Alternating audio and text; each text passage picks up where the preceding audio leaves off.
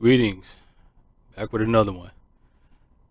Since the recent trailer release of the new Star Wars Fate of the Old Republic game dropped about a couple of weeks ago, there's been a lot of speculations of how the game is going to be, and I really haven't looked into it much. All I know is that there's going to be coming out with this new game that's going to take place during the Old Republic, and they've made some games during that period, in the past, which were pretty fun. I've liked all the Star Wars games that I've played. I haven't played all of them, but the ones that I've played, I've had lots of fun playing them. For example, recently, the Jedi, the Fallen Order and Survivor and all that. Those games were great. I didn't get to play the Outlaw one, but I heard it. I heard the criticism of it, but I'm the type of guy who'd rather, just try the games and play for myself because I tend to like some games that a lot of people are very vocal about that they don't like. So, like I said, I never got the chance to play Outlaw, but I might come around to it one of these days. But I'm here with Game Rant in this article talking about it says Star Wars Fate of the Old Republic may be hiding its true villain in plain sight. So I just want to get into this, and it says Star Wars Fate of the Old Republic is now of the main Star Wars games fans are going to be keeping a close eye on in the next few years. Before the Game Awards, there were rumors that the long-awaited Knights of the Old Republic remake or something related to it would be announced by many weren't expecting a spiritual successor. Star Wars Fate of the Old Republic was one of the biggest reveals to happen at the award show. And while the hype is already intense, there are a few more questions than there are answers right now. I mean, as always, every time they launch these trailers at these award shows, there's always going to be speculation and how the game's going to be and stuff like that. So proceed. Anything mentioned about Fate of the Old Republic stories or characters is pure speculation. There you go. The trailer is deeply compelling, but it is already hard. It is also hardly offers any real hints of what to expect. Despite this vagueness, there are some potential clues in the trailer that could be that could be teasing Argonaut Studios' plans. Argonaut. I'm not even familiar with that studio. I need to look into what games that they've developed in the past. I'm not familiar with that name. But anyway, like I said, it's important to remember that this is all speculation, but Fate of the Old Republic story may be headed in the opposite direction of Knights of the Old Republic. Even though Argonaut Studios is claiming the Fate of the Old Republic is a spiritual successor and not a direct sequel, there are already some interesting ties to Darth Revan could ultimately hint at the main character's allegiance. Now, during the Old Republic days, you had Malgus, you had Malik, Shio, and all those people. So if this story doesn't follow one particular, Sith, I mean that's fine because you had so many of them. Like I said, I mean the Knights of the Old Republic. I mean those days spans for thousands of years. So I mean it's a lot of Star Wars lore that takes place during that period of time. And when it comes to Star Wars, I mean honestly anything nowadays, man, because the trailers. I prefer a vague trailer rather than because I tend to believe that the trailers nowadays, whether if it's a feature film or it's a game, a lot of what I've seen for the past couple of years, I think trailers give too much nowadays. But I like the vagueness of trailers when you don't give too much. The only thing I probably like to see is just a few seconds of gameplay of how it's gonna look. But I heard this is going to be kind of a RPG, type of base. So who knows? But I need to look into the studio because I'm just not familiar with that name. I'm sure they probably developed some games that I'm familiar with. But continue. Says in the Fate of the Old Republic trailer, the main focus is on a mysterious female Force user piloting a ship to a barren planet. She lands, leaves the vehicle, and with two companions in tow, makes her way to a giant ship crash that can be seen in the foggy distance. After entering the ship, she comes across the kind of enemy force that is barely shown and draws her lightsaber. That's pretty much all of the details fans have to go off. But there are so many key details to consider. First off, the design of the small ship she drives looks more like in line with Sith vessels.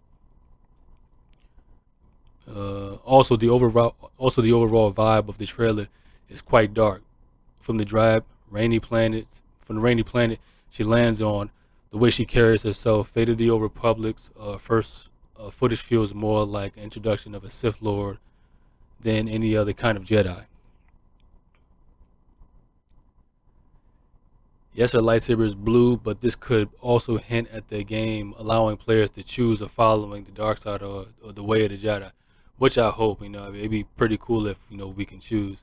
Choosing the side of the Force to align with a key feature in Knights of the Old Republic, however, this time it could throw players into the shoes of a Sith, and over time, you get to decide if your character will continue to be loyal to the faction or turn and embrace the Jedi Order. Says director Casey Hudson has already confirmed the Fate of the Old Republic will share Knights of the Old Republic's emotionally powerful cinematic adventures driven by the player's agency, narrative depth, and immersive world building. A lot of the fans have been craving a strong Star Wars RPG and a story that flips much of the franchise on its head by having players live as a Sith straight out of the gate would be a bold but thrilling move. You know, I've always kind of, and I've always kind of been like an Empire guy myself. For example, if you can see this, I think I've showed you guys this once. If you can see my Lord Vader poster there, and with the lightsaber hanging beside it. I've always kind of been like an Empire guy. I mean, when it comes to storytelling, period, I've always, I'm a firm believer if the villain is good, then the story will be good for the most part. I mean, that's not always the case, but I've always rooted to have a good villain, because the protagonist, their goal always seems to be kind of straight and narrow, just making sure that evil doesn't prevail and stuff like that. But with an antagonist, you can go different types of routes. And sometimes, you have the anti-heroes and stuff like that, and then you have the people who are just straight brutes that just want to, dominate everything. So you can go a lot of places with an antagonist a lot of times in storytelling. Not to say you can't do that with protagonists too, but protagonists are kind of more cut and dry as opposed to antagonists a lot of times, at least from the stories that I've read throughout the years. What happened to the Old Republic? The Old Republic lasted thousands of years, making it one of the galaxy's longest running governments. Throughout this era, conflicts constantly break out. Some of these include the Mandalorian Wars, the Jedi Civil War, and many battles involving the Sith. Although much of the story is still a mystery, Hudson has confirmed that the game takes place at the end of the Old Republic era. It's always the end of stuff. End of the Cowboy era. End of the Old Republic era. End of the mob era. Is it?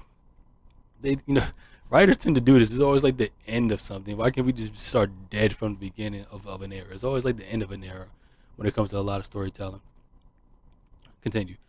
The main description shares about the game states that players will step into the role of a Force user on a journey through a galaxy of the edge of the rebirth.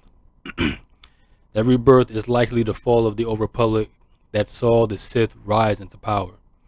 At the end of this era, the Sith gained control of Coruscant and took over the Jedi Temple, marking one of the darkest points in the galaxy's history. While the exiled Jedi forces ultimately defeat the Sith, the end of the Old Republic is defined by the dark side briefly gaining the upper hand, which puts fate of the Old Republic in a fascinating point of the Star Wars timeline. It says the Fate of the Old Republic trailer might already be leaving breadcrumbs that point right to Darth Revan. And it says fans well versed in Knights of the Old Republic lore have already pointed out that the crash ship in the Fate of the Old Republic's trailer looks an awful like Darth Raven's Leviathan. Raven, cap, Captain the Leviathan during the Mandalorian Wars. See, I don't know much about the Mandalorian Wars. I didn't see the show or anything. Well, I didn't read any of the books and stuff like that during that time. So so a lot of this would be new. I mean, I know who Raven is. I know a little bit of his story, but not too much. So I love Star Wars, but I'm not deep into it like how a lot of people are. So I mean, I've learned a great deal, just listening to other people talk about it. But some people are very, very deep into the lore and stuff like that because Star Wars has so much to offer, just the lore alone. I mean, just with the Old Republic time, I mean, it's like thousands of years of worth of lore and stuff that you don't get in the games or in the films and stuff like that. So it's a lot of lore when it comes to Star Wars. That's why I always say the more Star Wars, the better. It just depends on how they do it. So continue. And the Fate of the Old Republic's trailer makes it seem like the main character is specifically searching for this ship. This raises plenty of questions. Why the Leviathan? Why could they be searching? I mean, what could they be searching for? Are they trying to learn about Darth Revan's legacy? Of course, the ship's design could merely be a coincidence. But considering that Casey Hudson is leading development, it feels intentional. If the Fate of the Old Republic's main character starts out as a devoted Sith, then it could pave the way for some mentions of Darth Revan's conflict-filled life. What could this mean for the Fate of the Old Republic story and gameplay? It's unclear if the Fate of the Old Republic will send players on a mystery to uncover Darth Revan's legacy, but that would further play into the game's potential to experiment with the choice between dark and light. Even if Darth Revan's story is only a small piece of the larger puzzle, Fate of the Old Republic could serve as a compelling mirror image to his character arc. And it'd be pretty cool if they have multiple character arcs. You're playing from different points of view because there was a lot of people during that time. So it'd be cool if you could just jump from or like I said, if it's choice based, if you can choose who you want to play with, choose the route you want to go. I'm all for it. I'm all for it just to see what they are going to do with this. Just anticipating, just the choices that they will make in terms of character arc, storytelling and all that stuff. We just have to wait and see. Darth Revan began as one of the best Jedi Knights of his time, but he was corrupted by Emperor Vidiach. I can't even announce it. A protagonist who is technically the villain, but can choose to side with the Jedi would be a fun way to flip the narrative to the Knights of the Old Republic is so beloved for. I'm trying to remember that one guy. He wielded the light and the dark. He was kind of like moderate in a way. He was like going in between. And he was like one of the one of the characters that was talked about during that time too. I forget his name. But anyway, when it comes to gameplay, choice is definitely going to be important. But if any theory happens to be correct, a decision-based game where the Jedi are first seen as the enemy faction has the potential to be incredibly cool and unique. Depending on player's choice, Fate of the Old Republic's main character could either go on a journey of redemption, where they help the Jedi save the galaxy from Sith control, or succumb to the dark side even more and become a powerful and feared leader. Fate of the Old Republic's release date is years away, so it will be a while before Arcanaut Studios offers any further details. As of now, all of this is purely speculation, but it's still fun to think about the possibilities. Yeah, so yeah, this might take some balance. I gotta look into Arcanaut Studios. That name doesn't ring a bell, so I gotta look into that. I'm sure they, have other IPs that I'm familiar with or played, but I gotta look into it.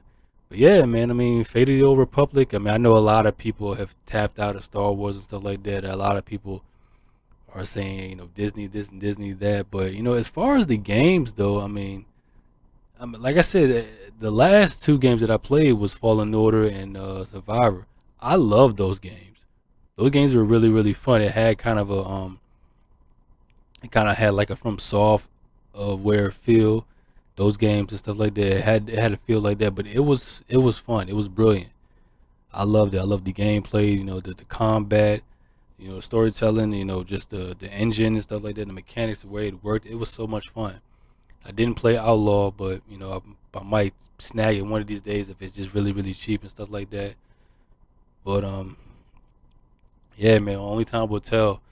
But if they say this is gonna be years, so it's gonna be nothing but speculation. I mean, I know a lot of the Star Wars gatekeepers, if you will, they're gonna be tapping into this stuff, and because some people have already been going crazy with it. Like I said, a lot of people have tapped out, but a lot of people still have hope and just want to see just another you know really really good Star Wars IP be released in terms of the gaming world. I don't know too much about what Disney's doing with the TV shows or any more films in the future. I don't know, but I like to keep hope and stuff like that because I do love Star Wars. And like I said in a film a while back, I'm not that type of guy who says Disney kills Star Wars and stuff like that, because Star Wars fans are very rough. Yeah, they're hard to please. So I like to be on the positive side of things when it comes to Star Wars and stuff like that, because they still make decent games. At least the games that I last played. Battlefront 2, I still play that from time to time. It's still fun. And as I always say, man, it's more Star Wars the better. So Fate of the Old Republic, hope it delivers whenever they announce it. Only time will tell, man. But all right, y'all, I'm out of here, man. Another one for the archives. 31 cents at it. It's your brother Bleak signing out. Until next time, you guys. Os.